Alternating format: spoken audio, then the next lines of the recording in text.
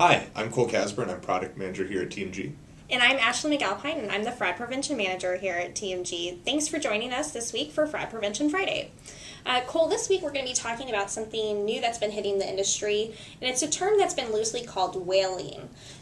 Yeah, no, I mean, I guess when I hear this, I say, what, first? And then, as I look more into it, it's very similar to phishing. Exactly. So what we're seeing is that our fraudsters are really focusing on some high-level executives with their phishing schemes. So they're sending emails, they're making phone calls to other employees within their company asking for some financial information, as well as just employee data as well. Yeah, I think what's really interesting about it, though, is they're putting a lot of time and effort in on the front end to get a lot of information about the company. So talking about internal jargon or internal projects that may be going on, and then leveraging that with the CEO or anybody in the C-suite, really, to try and get that information that may be pertinent to the company. Yeah, and so when we do see these executives handing over this information, a lot of times that can be very detrimental. It can be an insurance liability. It can also be a problem of, are you ever going to get that money back?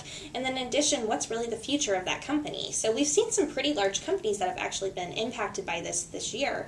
Snapchat has actually been one that comes to mind. Yeah, and I know those that have been impacted thus far have actually even let some people go from their employment. So it's really kind of interesting, and I think you raise a very valid point.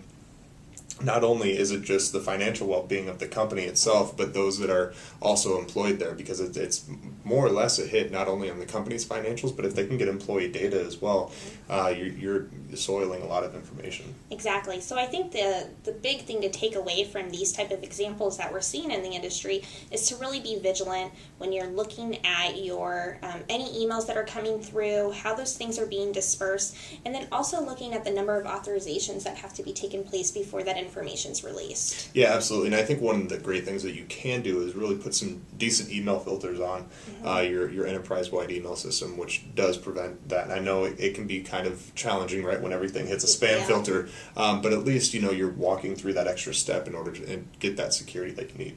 Yep, and if you have any questions about this or anything else fraud related, please reach out to the fraud prevention team at falconteam@tmg.global.